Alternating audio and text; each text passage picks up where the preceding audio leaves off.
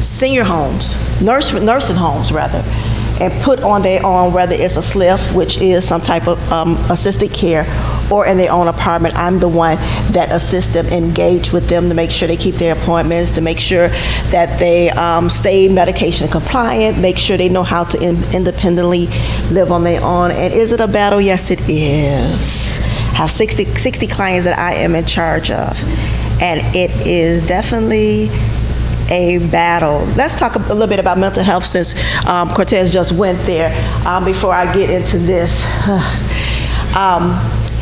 Anyone that says they have not, I am a mental health first aid advocate, which means I let you see the pinpoints of mental health. What am I saying? Everybody has went through a mental health tragedy. I'm gonna show you how. Anybody here been divorced? I've been divorced 3 times. Bam, boom, bam, boom. Anybody had death in their family? A mother, sister. My brother got shot in Detroit 7 times in the head. Tragic. That's mental health. It wears on your head. It wears on your brain. Anybody besides me been through the pandemic? Except Cortez said he wasn't here. That was a tragic. They pushed our kids back in school without even giving them therapy. It's a tragic. It's an issue. I'm born and raised in holiness, and in the church rather, and in holiness. And for many years, as Pastor Cross said, oh, just pray about it. I had a pastor tell me to get over it. I had a pastor that actually told someone else, if you really wanted to commit suicide, you wouldn't be calling me. So I'm here to let you know, we as a people, us as an individual, us as a body, not only in the community but in the churches, need to be able to not only learn it, master it, but share it. That is not okay. It is okay to be not okay, but it's not okay to stay it's not okay to continue in that state, if you follow me. There is help, there is assistance. And how do we get it? By therapy. We was taught that what goes in our house stays in our house.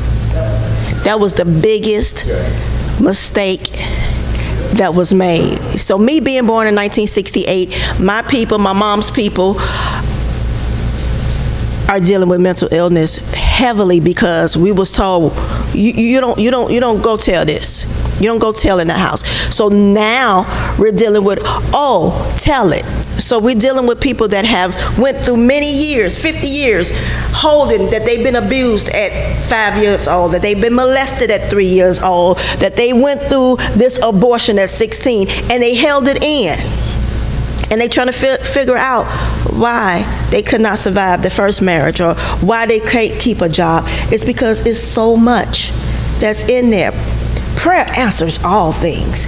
But when you really press into this word that a lot of churches don't use no more, called deliverance, that's when you unfold that onion, because the onion smells. Onion make you cry. But there's layers on top of layers on top of layers that we as the black community refuse to deal with. And it's called affirmation. How many of parents do we have? It's called affirming. Affirm your children. No, they're not stupid. Even in their stupid moment, they are brilliant. They are beautiful. They are a child of God.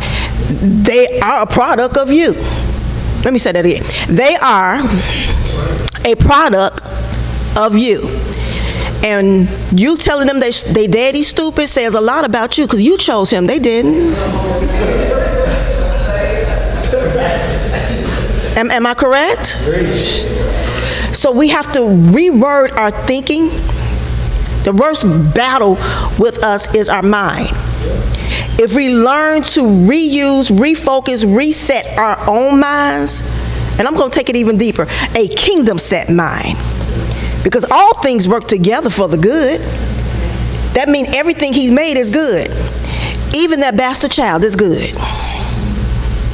Even that abusive husband is good. Because there's a root to all things. We're so busy dealing with the surface, but we don't want to deal with the root. And that's where the deliverance comes from. So that bad boy has a root.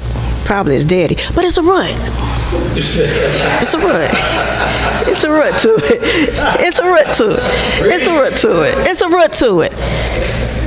So I went through a state not too long ago that I had to ask God to forgive me. I can't even blame my kids no more. I chose their daddy. That was my fault. That was my fault. So I had to not only recognize that it was my fault, but ask God to forgive me. So now that I ask for forgiveness, God, cover my children. Because this world we're dealing with, I have 5 boys, 1 girl, all of them between 30 and 35. I have 21 grandkids and 2 great-grandchildren. There's a covering that I have to do. Because I have to break up the root. I have to break up the foundation. I have to break up a thing called generational curse. Are you going to stand in the gap of of your generational curse in your family? You have to break it up. How you break it up? You have to open that onion. Open up. Open it up. Open it up. So I'm going to get back more into mental health, because domestic violence, if you ever been an abuser or a victim, you've been through mental illness. A man just don't wake up and decide he want to beat a woman. There's a root to it. So even though I went through years of abuse, and I'm not going to say with one partner, with multiple partners, because if you don't get healed by the first one, it continues in just a different body. I'm going to repeat that. If you don't get healed in your situation, that next fine man may have a little step up on his fineness, but that same spirit is embedded, because that's what you're attracting. Your illness, your weakness, your downfall is what you attract. So you have to deal with illness. Who go to yearly checkups? Okay, that's your body, right? What I'm gonna say, that's your neck down. Then we try to see the dentist, and then ladies, we get our tatas checked every year and all this and that. Okay. Who go to a therapist once a year?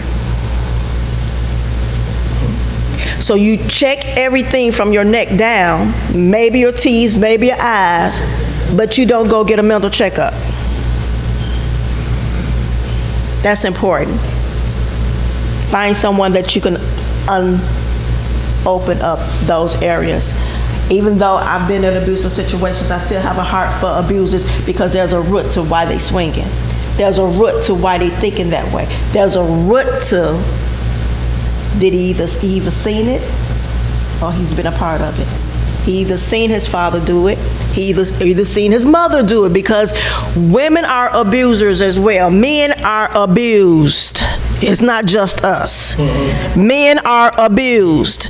I'm gonna give you one simple reason how. Have you ever cussed out your husband?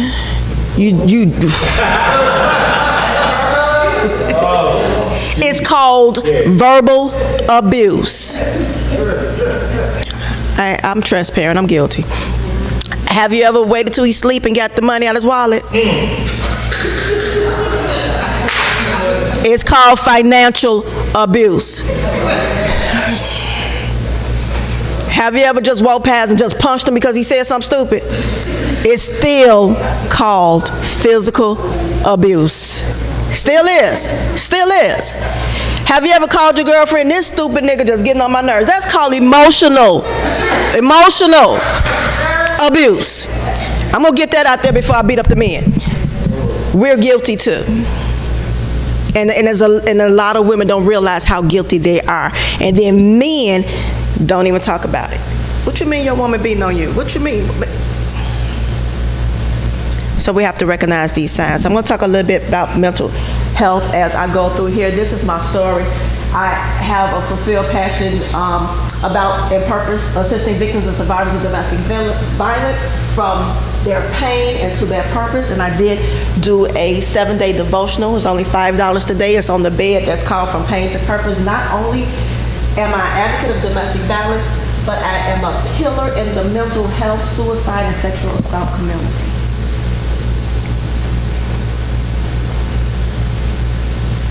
What is domestic violence? Without looking at this, anybody know what domestic violence is? Well, it's the same, I've already said, it's physical, emotional,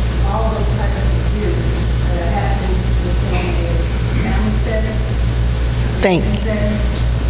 Exactly. Years ago, it was called wife beating. It's been around over 60 years, called wife beating. It's no longer called wife beating. It started off with just wife beating, then husband and wife. Now it's whomever in the family, whether it's the senior, whether it's a child, whether even if it's the pet. All of it comes under domestic violence.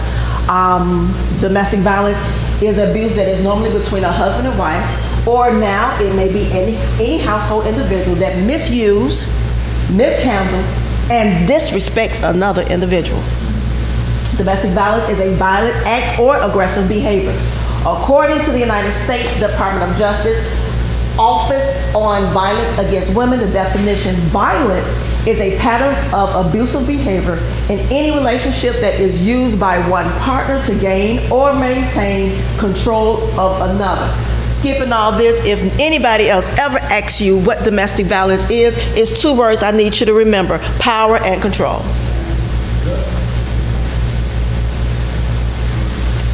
And I'm gonna dig deeper. I'm sorry. I'm a pastor. I'm a prophet. It's just in me. Power and control. You're looking at manipulation. You're looking at witchcraft. That's all it is. So you have to, when you pray, and that's why our prayers are not. I'm not gonna go there. Effective prayers. You can't just pray on the surface of things. You have to pray on the root of things. What is the root of it? It's mental illness. It's witchcraft. Domestic violence. Witchcraft. You have to break up the foundation so that the foundation can be rebuilt, so that it can go on further. What is domestic violence? You could turn from this one. Forms of domestic violence. We talked about physical. We all know physical. I did a seminar and someone said, "Oh, I've never been through domestic violence. I think every woman that let a man hit them is stupid."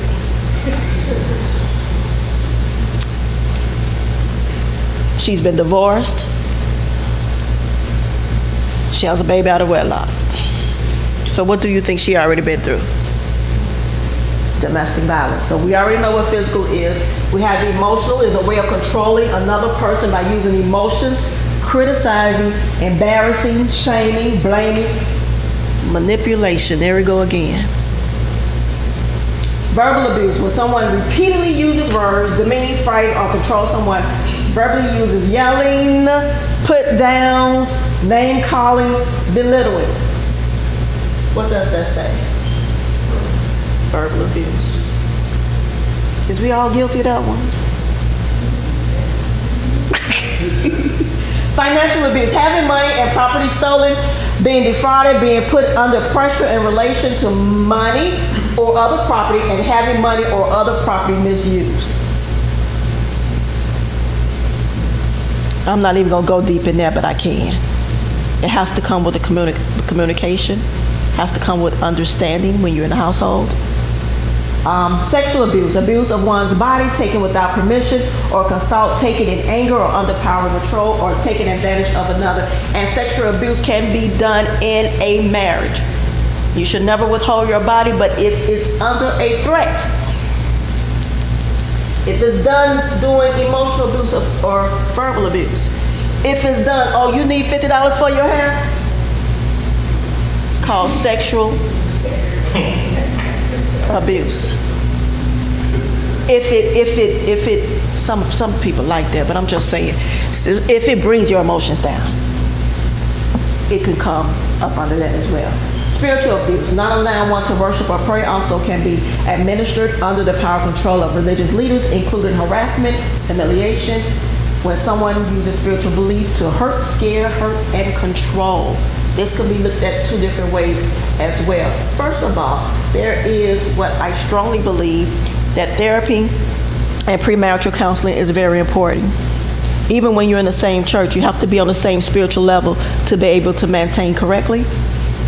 So you fool around and get with somebody who got an issue with you praying, or decide,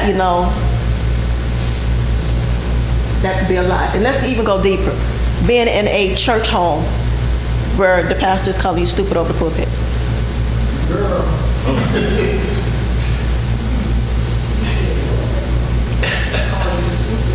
Oh, it don't happen at this church, but I've been in churches where you will be called, named, or belittled over the pulpit. That's called spiritual abuse. And they doing it. I've been in churches that I've experienced it. It's called spiritual abuse. It don't happen too much now because these millenniums will probably cuss a pastor out. But in our days, we was taught to highly respect the leader. So we thought this was okay. I'm breaking it up today. It's not okay. I take the notes. I can't leave. There are many reasons victims feel they cannot leave an abusive situation. Here are 6 common reasons. I think Pastor talked about you got to keep up your image. I feel ashamed. I don't want nobody to know. They feel responsible. They have nowhere to go. During the pandemic, my phone never stopped. And all the shelters was full and all the beds at the clinics was gone. Domestic violence was at an all-time high. And suicide was even higher. They had nowhere to go. They are afraid. They hope to help their abuser. That's impossible unless he want to help himself or she want to help herself. They are worried about their kids. Stand for your kids is wrong. It makes sense, but you teaching your children to either accept abuse or to be an abuser. And they're going to follow the pattern that you show them. Whether it's abuse, finances, emotion, wherever it is, they're going to follow in your pattern in one way or the other. Okay.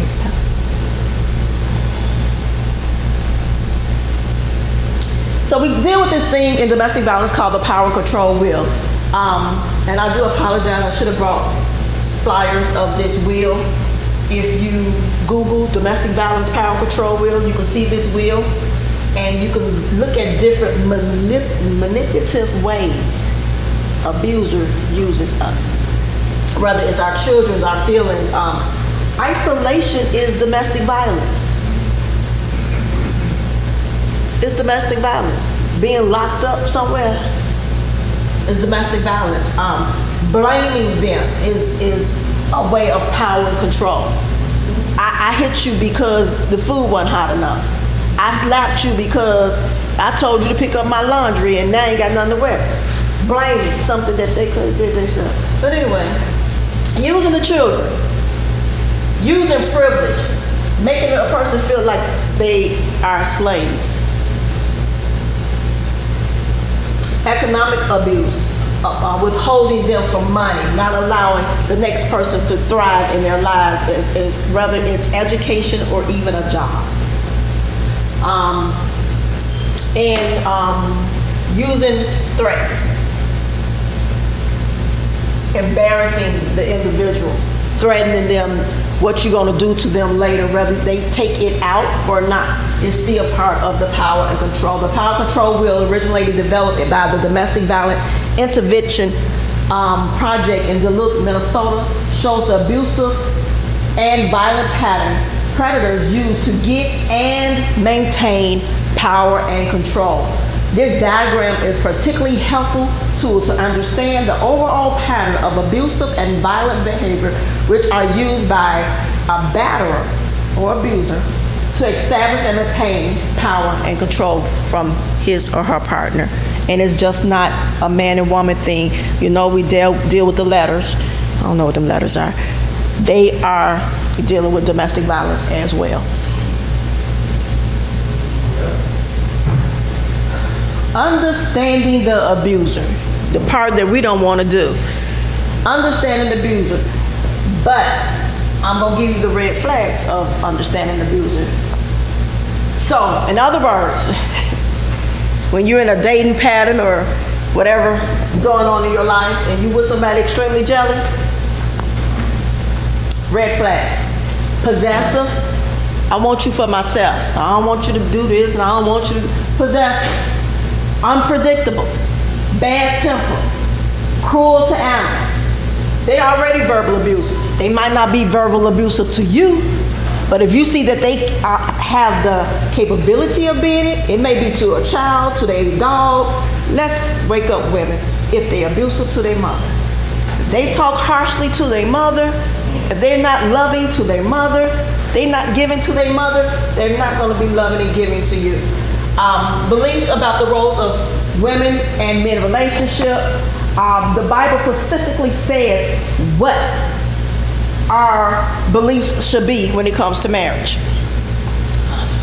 It just is what it is. And the same thing with love. Love is patient. What is that scripture? Love is patient. Love is kind. Love is never puffed up. So if you're in doubt anywhere, do he meet all those characteristics?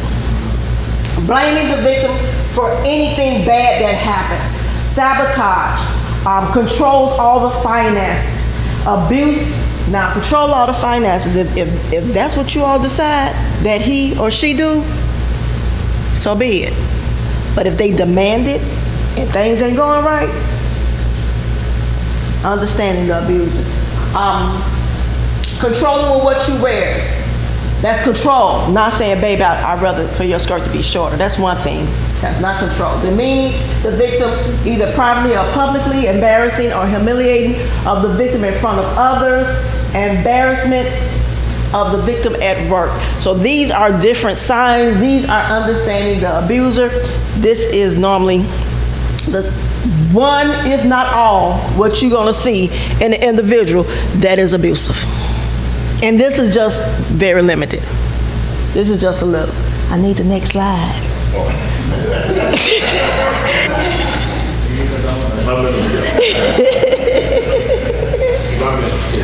How do you help? Oh, there's so many different ways you can help, but the main thing, whether it's mental health, whether it's domestic violence, whether it's sexual assault, whether it's whatever you're trying to help a person with, listen. Be aware of clues from both the abused and the abuser. You always listen. You never listen to an abusive situation with the abuser there, though. You try to use wisdom and separate that. Be sensitive, ask questions to dig a little deeper. Condemn the violence, not the person. Believe the abused. Keep things confidential. That means it don't go on church bulletin board. It's a HIPAA law. And it's not, it goes even beyond that. It's called integrity. If God have given you an assignment to help someone, at least keep it confidential. Figure out what is needed. Safety is a priority: physical, emotional, financial, spiritual. And the thing with domestic violence, everybody think the way to help them is to tell them to get out. That's the way to easily get them killed. Never tell someone to get out. Never offer someone a place to get out. They have to come to you and say they want to get out, and then you assist them. But until then, you assist them with what do you need, and that comes from listening. And they could need just a friend, or like Pastor Cortez portrayed today, just a hug. You'd be surprised how much a hug heals.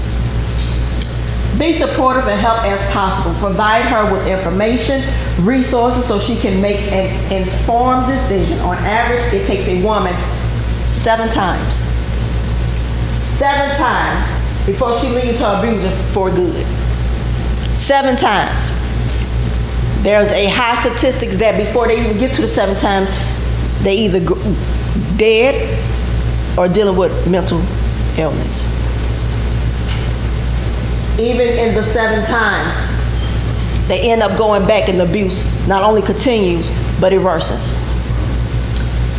In the midst of the 7th time, if I tell you to leave, I'm Cortez's cousin. If I tell him, come on, cuz, ain't no way, you ain't doing this, we finna go, and I make him leave, or I demand him to leave, or I threaten him to leave, or I coerce him to leave, and then he gets sick of me at my house, and he go back, you just set up for Cortez to get seriously hurt. And it might not even be physical at first. And it might not even be physical at all. But the abuse worsens. Do not counsel the couple together. I mentioned that, but that is very important. I'll take the next one. And I think the next one is me. But domestic violence, mental health first aid, locks hand in hand. Sexual abuse, mental health locks hand in hand. Suicide prevention and mental health locks hand in hand. Majority of domestic violence women is also suicidal women or suicidal men. Even if they never tried, the thought is always there because that's the only better life that they can picture at that moment. So if you say, okay, Dr. Lisa, how did you journey out? I sought God to show me what love really is. And once I was able to know what love really is from my daddy, my father, my God, he taught me how to love me. And when you truly love yourself, then you don't accept someone else that does not know how to love you properly. So this is me. I'm a coach. I'm a trainer. I do domestic, suicide, mental health first aid. I'm a life coach. I'm a Christian coach. I'm a Christian counselor. I'm a prophet. I'm a pastor, whichever one you want to call. It's okay. But do you have any questions at this time? Yes, ma'am.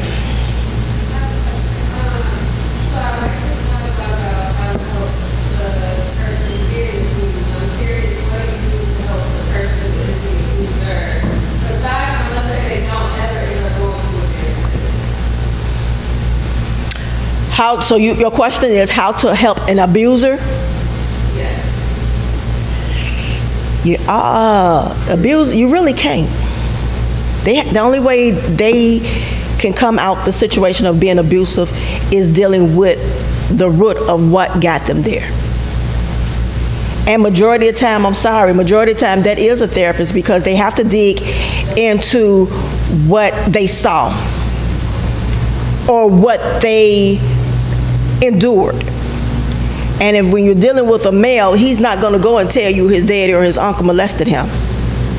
These days they telling a little bit more, but that just being able to express that or express the fact that my daddy beat my mama night and day. I hate my daddy for beating my mama and daddy, but he ends up being his daddy. And he has an excuse for it. That's when that Will talks about blaming. But it's the root of it. You can't heal an alcoholic. You have to deal for the root of why he's an alcoholic.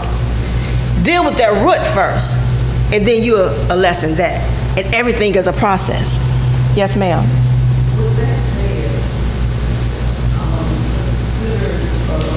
consider that there are abusers who have been arrested and who are put in jail.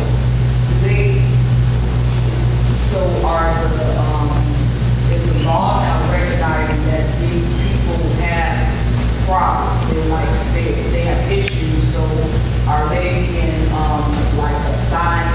Of course, they're getting some jail time, but while they're in jail time or on probation, are they being assigned maybe to mandate to get help while Yes, they are. counseling, so that maybe they can see someone like you to get to the root of their problem? The sad part about it, and I get what you're asking, the sad part about it, when they mandated by the court, they're mandated to deal with majority of time, it's not so much of an abuse course or class, it's more anger management. So what is anger management? Managing anger. That means it's still there. So no, it's no place in there that helps them deal with the root. Is no program. Anger management, they do have some counseling, but it's pretty much The person sitting there and listening to somebody say something.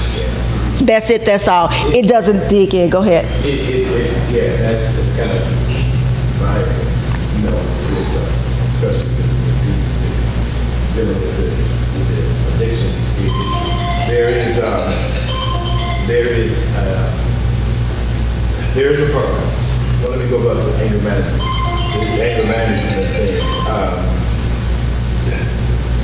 The first thing is that the course is so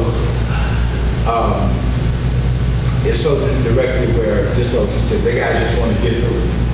They just want to get through it and just, just sign off on it. And it doesn't deal with the root. It just deals with and it's probably mislabeled, management. I mean, you do need to deal with your anger, but just like management. Basically, the whole thing is yeah, right. They looking for you. Right. They want to get to the point where I can just get through this, but it doesn't really help. The other thing there now, depending on the severity of it, there is, in addition to anger management, I've had clients that have to go through a domestic anger / whatever program. I don't know, Pete maybe talk to that a little bit more. Pete will, the depths of that program. I do know that they have to go and have to complete it. The other thing was nobody was going through it for a while. Then they changed it to make them, in order to get out probation, you got to go to anger management. But in order to go to management, they just start getting their pockets. The anger management programs are not free. They're not free. Right now they're like $250. Yeah, they have to. They have to manage. Yeah, see, at the beginning, they would just go to it. And then, of course, nobody was going. Nobody was going. All my clients, none of them were going. Then they're like, oh, okay, y'all want to go? In order for you to get off probation, it's going to cost you. And, I now still have retired. I'm retired, have clients, shopping for cheaper. They shop like Walmart or whatever for cheap anger management.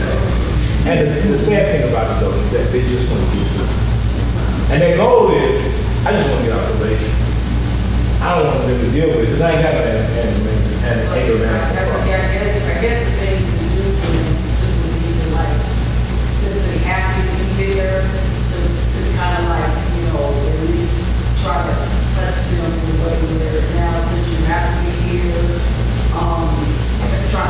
try to catch them or touch them in the way where now they realize they can look into themselves and realize I need some help. Exactly. Exactly. Try to see if you just reach them since you are here, you have to be here, you're paying for it now. Exactly. Now I got to try to just reach you so you can want to be here. Exactly. Exactly. And that's easy said than done. I know. Maybe 1 out of 20, maybe. The rest of them just want to get through. But it takes somebody realizing that they have a problem. It's just like AA or anything else. Realize first you have a problem. And then we have to understand, even with that individual, that everybody's process is different. So no, they shouldn't just come out and not be told to continue on with something, especially if they're going back home. Because as months pass, guess who they're going to blame for them even having to go back? And then the cycle continues. And that it is a thing called a domestic violence cycle where it just keeps going on and on. He might not hit you again for another 5 days, but baby, when he does, he gonna remember the fact that you put him in jail. But that cycle keeps going because that issue is still there. Any more questions? Yes, sir. Yeah, well, thank you first of all for your presentation. This is pretty good for the time. A lot of it was excellent for the time. A lot of people. Thank you. A lot of information in there. As you said, one of the things, Dr. Lloyd, you kind of mentioned it though, and I was curious. I'm really curious about this. The idea of I'm just going to call it the purpose of saying brothers being assigned domestic violence class. And I was of the opinion that, and I believe I'm wrong now, that that they had to do something. They had to do something to You know, because I remember a loved one saying, don't take that nigga back until he, you know, he do something. But just going to traditional domestic violence class, they kind of wrap around the anger management. Exactly. Guys, if you will. And so, what have you found to be efficacious in working with this population? Because I just don't want to say that there's no help. So when you talk about the deeper level, what is that deeper level? What is That deep? It could be many things. Alcoholism, it could be one. Alcoholism could be one. A lot of ladies I've talked to, oh, he only hit me when he drunk. Okay, sweetie, how often do you drunk? Every Friday. So you take a beating every Friday? You get cussed out every Friday? It can be, like I already stated, been beat by his parents in some type of way. And different things trigger. Pandemic was a huge trigger for a lot of people. And we had excellent marriages that saying, man, I got to see you every day, all day long. And it triggered a lot of stuff. But it's a lot of issues. It could be a man that was gang raped. And then all of a sudden it's bubbling out, and this is how he's dealing with it. It's so much that can happen. Getting to that issue is a part of it. If we want to help them get better, we got to find out what help will come alongside them and find out what that issue is. It takes a village of men that's able to take men. It's sad, men ministries is not in churches anymore, but it takes men, good God-fearing men, because a God-fearing man gonna seek God. I'm talking about a real God-fearing man, gonna seek God on how to love me the real way. And there's nowhere in the Bible, you know, our consequences, according to the word of God, is our consequences. And we serve such a merciful God. He gives us a choice in life.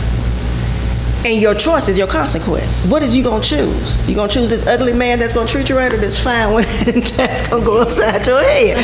You're going to deal with these consequences. And I'm not saying all ugly men are good men. I'm not saying that. I was talking to the women.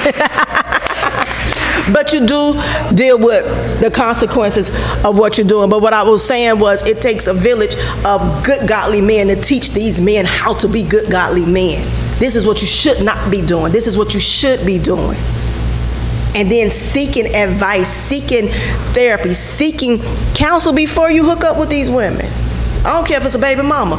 Y'all better dig deep, because you don't know what you're digging into. Yeah.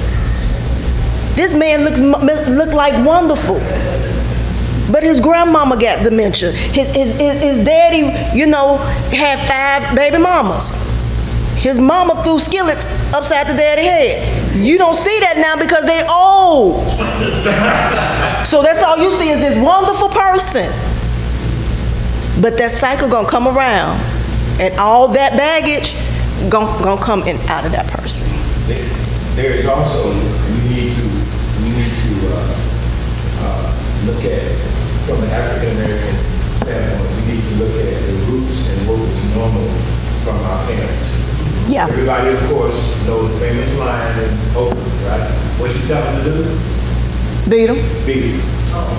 Right? And so, what she said? Oh, you told her to beat me. Right? Now, that was funny, but I don't know. In terms of my parents and what they said from down south, they said, "Oh yeah, that was the thing." And of course, in the movie, you know, that's what he did to her. And that was a part. So breaking those generational curses. Exactly. How we handled things, and men were even taught to. Don't ask me about what. Don't ask me about my money. My woman, Oh, my other woman. Yeah. And so that whole, you know, that whole abusive thing, and even when men do something, one of my greatest theater writers, I think August Wilson, of course. But look how she accepted he wasn't physically abused, but what he did. You know, And that famous scene where she said, I gave 18 years, and what, that's just every time I see that, just emotional. But his thing was, this is the way it is.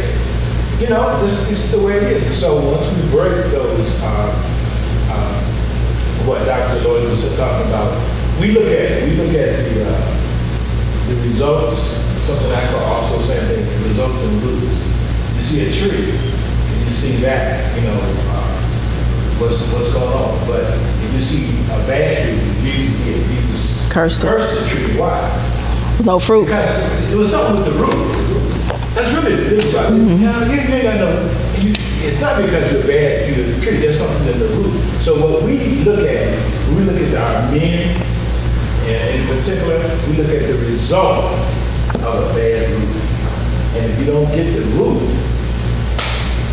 the cycle goes over and over. And even I looked at one of the reasons in all my relationships and marriages that I didn't, the one reason why I didn't have no abuse in my family was because I was 100% afraid of Malia Cross. There's no doubt about that. If she ever thought that I would raise her hand, I wasn't worried about the wife and the brothers or whatever. I was worried about her because she would knock me out. Clean out. I ain't talking about my hypothetical. She would physically knock me out. If she ever heard that I would be to my hand to her. And so that I thank God, that saved me. But other abuse, like Lloyd pointed out, was I'm guilty, of the other things. And then you find out that sometimes the words, sometimes can be harsher than the physical. Absolutely, because you can always stop bleeding, but that verbal, that psychological, and that emotional plays a part to mental health. Yeah. If you really have conversations, which I do with my clients, you end up knowing that they was beat or abused by somebody in their life, or they witnessed something in their life, whether it was physical, verbal, sexual, whatever, that now has them at a mental health state. I have one client in Bradley that is severely bipolar, and it's because of the times that she done got raped or molested by her father for years. A daughter's supposed to trust their daddy. That's daddy. Daddy is a protector. Yeah. So you mentally dealing with this, and that what causes, it's not all, but some mental illness. So with domestic violence on the south side, we have Family Rescue.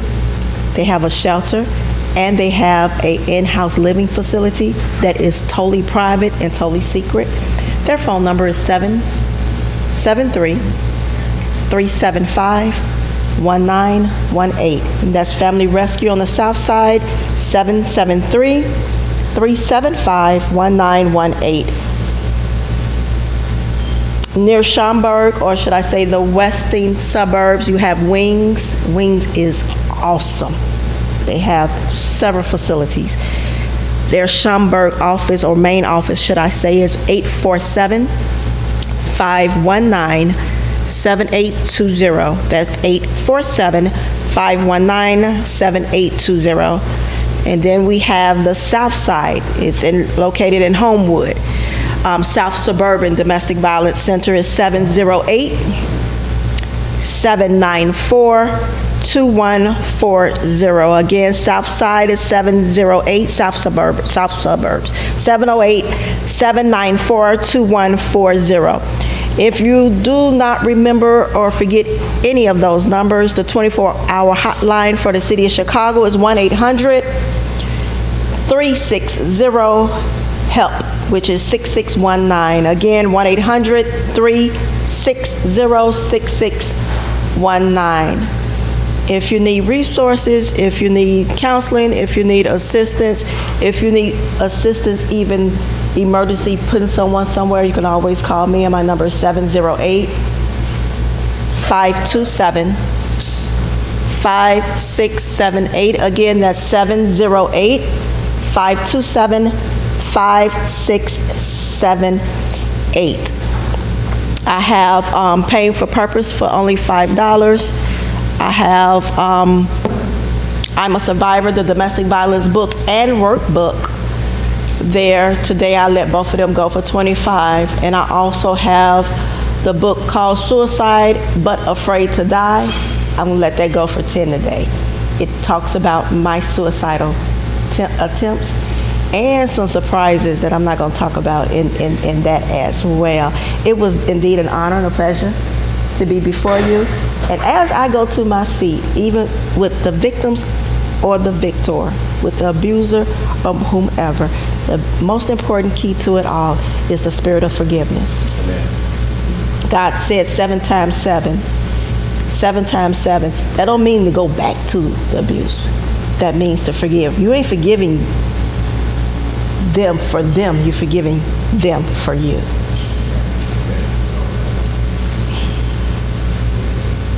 To keep your channel clear. To keep your it's not that he don't hear your prayers, but if you want your prayers answered,